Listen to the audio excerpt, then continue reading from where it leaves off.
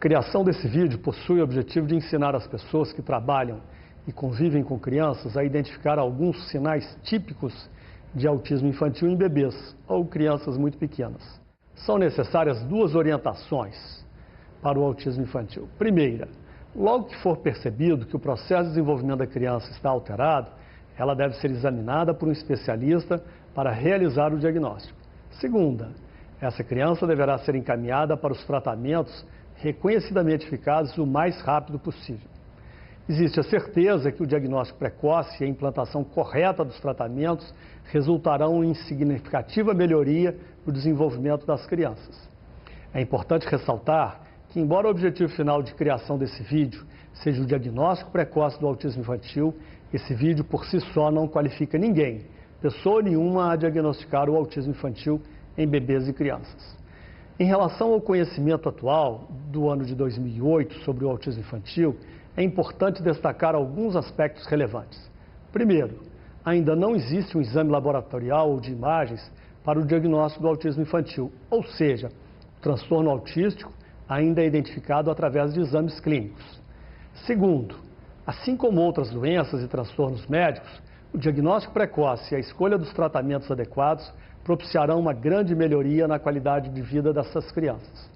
Terceiro, para a identificação do autismo infantil, existem sinais clínicos em 3 áreas: na área da interação dela com outras pessoas, na área da comunicação e na área do comportamento, que é limitado, repetitivo e estereotipado. O que é estereotipado? É um comportamento sem sentido para os outros. Quarto, os sinais de autismo infantil em bebês, na área do comportamento, são os menos comuns. Quinto, as alterações de comunicação estão na linguagem pré-verbal, pois os bebês, nesse período, ainda não falam. Sexto, hoje, aproximadamente 60% das crianças autistas já apresentam sinais desse transtorno ao nascer. Sétimo, a maioria desses bebês com sinais de autismo também possuem outras doenças, síndromes ou transtornos médicos. Na minha adolescência, eu tive contato pela revista Turma da Mônica, ensinando o que era o autismo, falando de contato ocular, visual. Eu nunca imaginei que eu ia ter um filho autista e tudo, e eu percebi que o Pedro tinha uma certa dificuldade ocular. Só que eu guardei para mim, entrei na fase de negação, achei que isso nunca poderia acontecer comigo, e isso atrasou o diagnóstico. Que quando eu percebi, se eu já tivesse comentado, se eu já tivesse levado isso para o pediatra e não levei, escondi isso da minha esposa, uma insegurança ridícula que atrapalhou o diagnóstico. Eu comecei a perceber que tinha autismo, não é que ele tinha autismo, que ele não era normal, com 1 ano e 2 meses mais ou menos.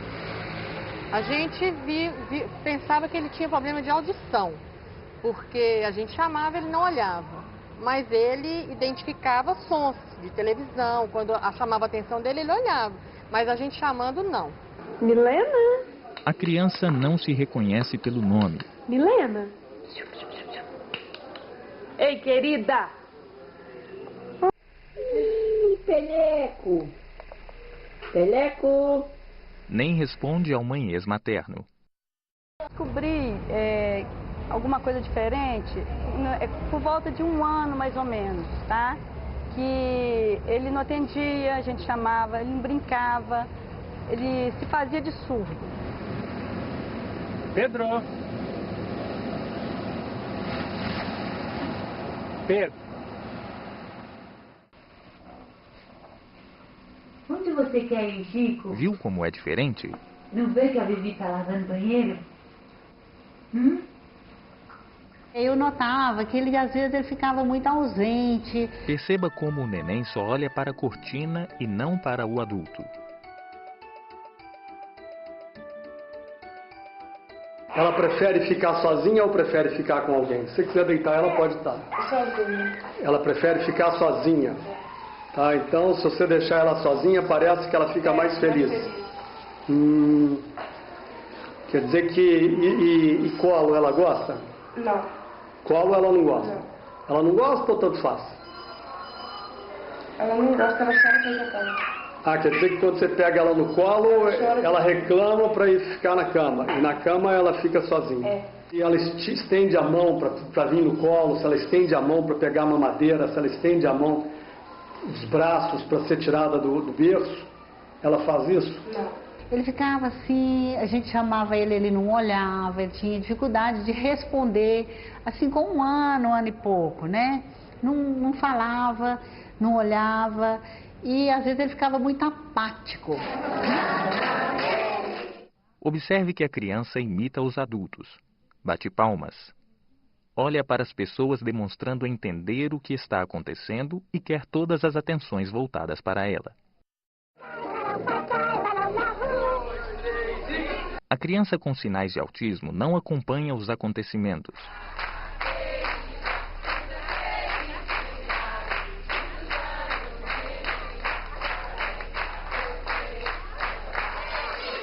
A cena mostra a forma como a criança normal de 2 anos participa dos acontecimentos. Bate palmas, apaga a vela, atitudes assim. Veja como a menina de 2 anos demonstra não entender o que está acontecendo. Não bate palmas e não tem a iniciativa para apagar a vela. Mesmo a mãe tentando ensinar, não consegue. Note sua fisionomia pouco expressiva. Não você. Veja que não percebemos as expressões faciais esperadas para um bebê com desenvolvimento normal.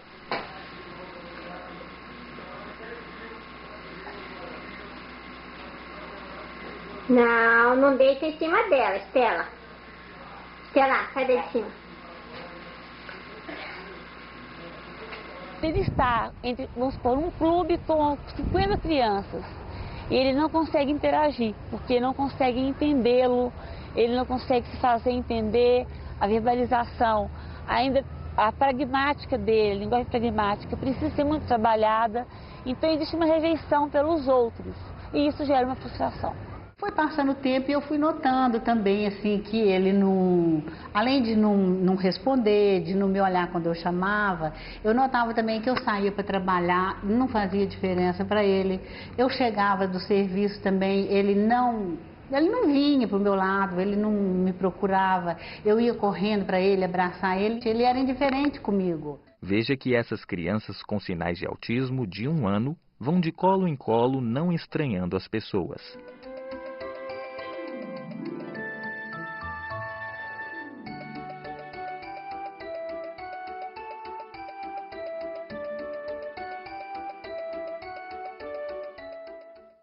Crianças com sinais de autismo amamentando.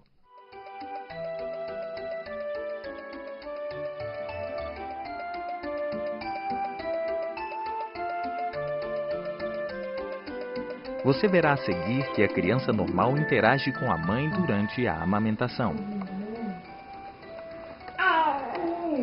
tá muito comilão. Você passa mal, você tem que comer. As características normais de empilhar as coisas, separar por tamanho, por cor. Tinha dia de eu falar assim, não foi ele que fez isso. Tava tudo assim, separadinho, tudo por cor, por tamanho, tudo direitinho. Eu perguntava pro meu outro filho se ele tinha feito isso. Não, foi ele. E a gente desfazia tudo e ele ia lá e fazia tudo de novo do jeitinho dele. Não podia mudar. O biscoito, ele mordia um biscoito. O outro ele mordia e ficava medindo para ver o tamanho. Tinha que ser o mesmo tamanho, não podia mudar. A criança mantém comportamentos repetitivos e sem finalidade aparente.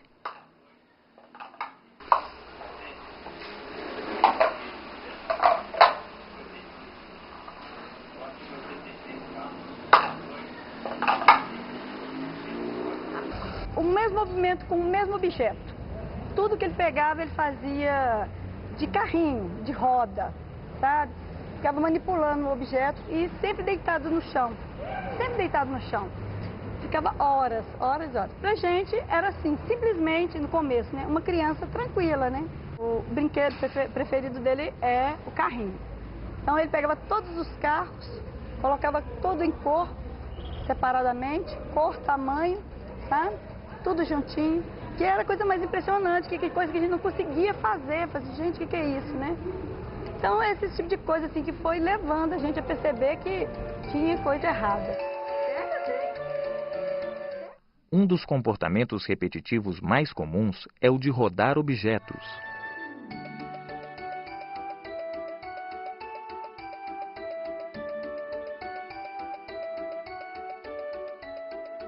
E ele tinha esse balanço, né, que a gente colocava ele no sofá e ele ficava horas e horas balançando assim, mas ele balançava com muita violência, ele chegava até a tirar o sofá do lugar. O berço dele, ele balançava tanto no berço dele que ele quebrou o berço. Eu tive que tirar o berço dos pezinhos, do berço, e pôr só o berço mesmo, o gradeado no chão, de tanto que ele balançava, e o berço ia andando pelo quarto, balançava demais, sabe? Até que começou a quebrar, eu tirei, com medo de cair uma hora com ele, sabe? De tanto que ele balançava. Observe que as crianças também podem apresentar movimentos corporais repetidos.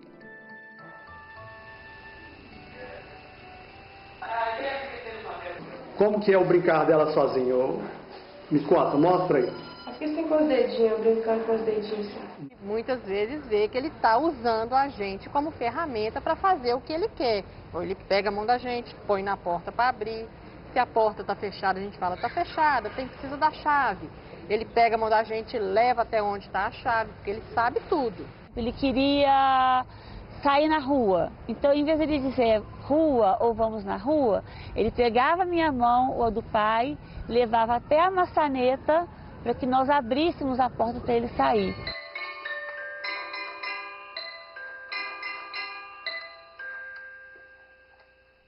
A criança utiliza as pessoas como um instrumento.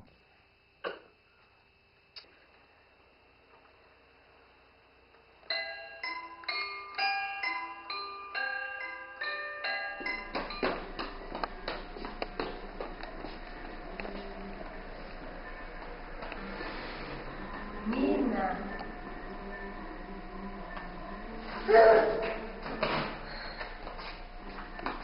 O que ela vai querer agora? Vamos lá ver.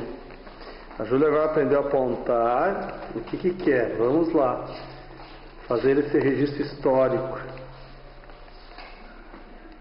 Vamos.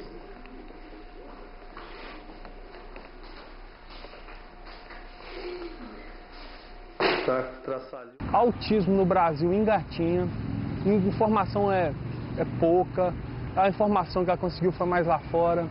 Aqui, para diagnosticar, é uma dificuldade.